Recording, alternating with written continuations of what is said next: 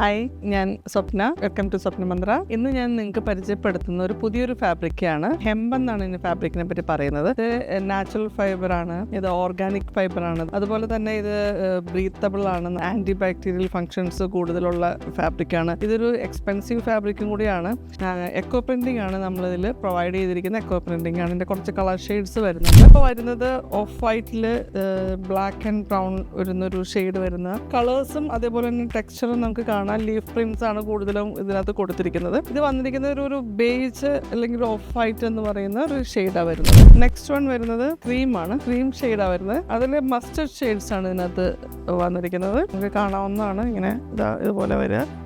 നമുക്ക് തൊടുമ്പോൾ തന്നെ വളരെ തണുപ്പാണ് നമുക്ക് ഈ ഫാബ്രിക്കിൽ നമുക്ക് ഫീൽ ചെയ്യുന്നത്. നെക്സ്റ്റ് കളർ വരുന്നത് ഇങ്ങനെ പിങ്കിൻ്റെ ഒരു ഷെയ്ഡാണ് വരുന്നത്. പിങ്ക് പീച്ച് വരുന്നൊരു ഷെയ്ഡാണ്.